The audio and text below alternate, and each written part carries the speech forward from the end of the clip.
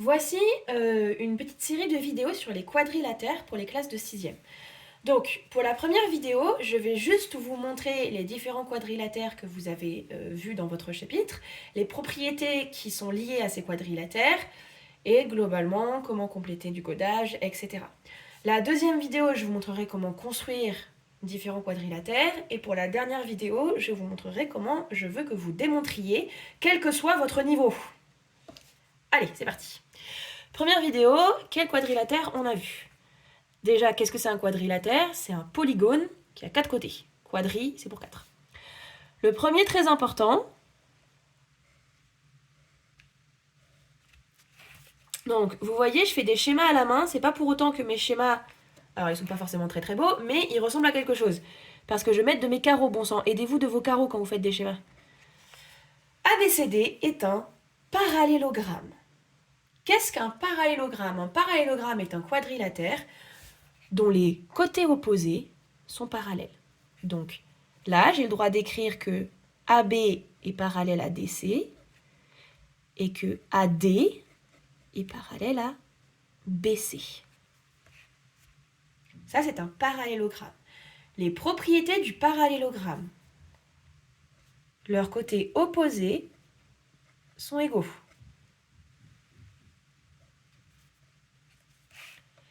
Leurs angles opposés, c'est ça, des angles opposés, sont égaux.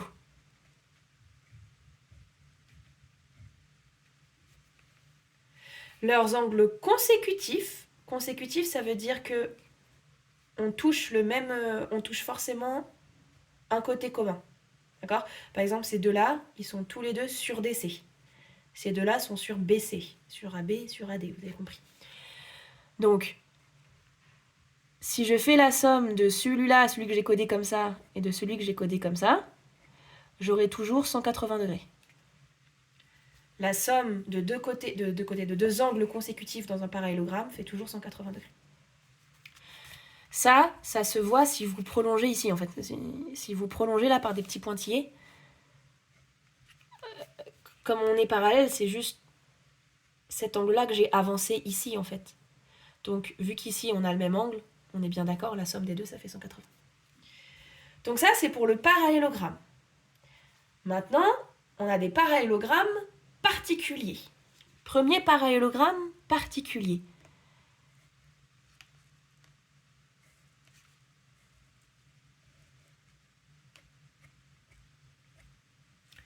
Si mon parallélogramme a deux côtés consécutifs, donc en fait, je ne suis pas obligée de coder ça. Si je vous dis que ABCD est un parallélogramme et qu'il est codé comme ceci, il a deux côtés consécutifs. Consécutif, ça veut dire que j'ai un sommet en commun. Ça veut dire qu'on se touche. Consécutif, on se touche. D'accord? Opposé, on ne se touche pas. Consécutif, on se touche. Si un parallélogramme a deux côtés consécutifs égaux, alors c'est un losange. Parce que forcément, mes côtés opposés sont égaux. C'est la définition, enfin c'est une des propriétés du parallélogramme. Donc en face, j'ai le même codage. En face, j'ai le même codage. Bon, bah, quatre côtés égaux, c'est un losange, ça. Hein. D'accord? Et ce que vous devez retenir d'autre sur les losanges, c'est que les diagonales sont perpendiculaires. Et autre chose que j'avais oublié de dire dans le parallélogramme, mais en même temps, mon pauvre parallélogramme n'a pu voir grand-chose. Je vais le faire en rose, comme ça vous allez mieux voir. Les diagonales d'un parallélogramme se coupent en leur milieu. Alors bon, je ne sais pas si vous allez voir grand-chose avec mon codage, mais hop là! Les diagonales d'un parallélogramme se coupent en leur milieu.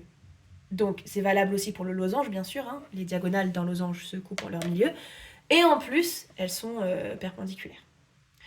Donc, si jamais on vous donne, par exemple, cet angle-là et cette mesure-là, si on vous donne AO qui fait, je sais pas moi, 2 cm, et qu'on vous dit que BAO fait, j'en sais rien non plus, 50 degrés, hop.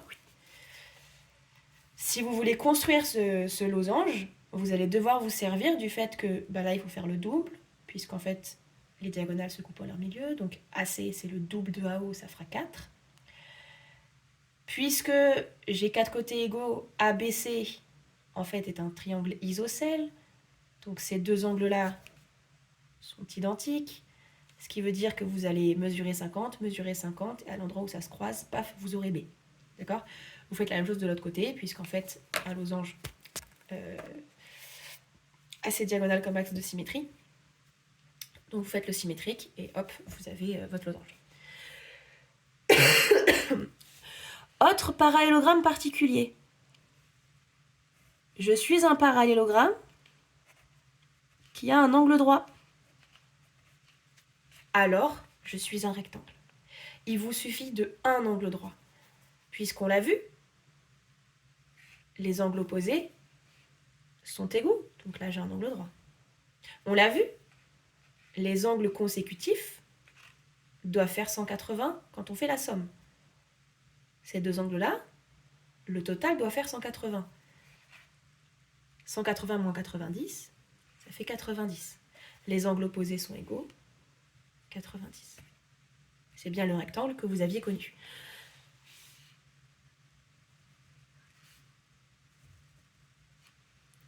Si les diagonales du losange étaient perpendiculaires, celles du rectangle sont égales. Hop, hop, hop, hop. Si je plante le compas sur le point I et que j'écarte jusqu'à A, le cercle passera aussi par B, C et D. On dit que les points sont équidistants du centre I. Et le petit dernier, en fait, c'est le bébé de ces deux-là, c'est le carré. Et le carré a les propriétés de papa et de maman. Donc, un carré, il a 4 côtés égaux, il a ses diagonales qui sont perpendiculaires, qui sont de même longueur, et il a tout, il a total. Voilà. Hop.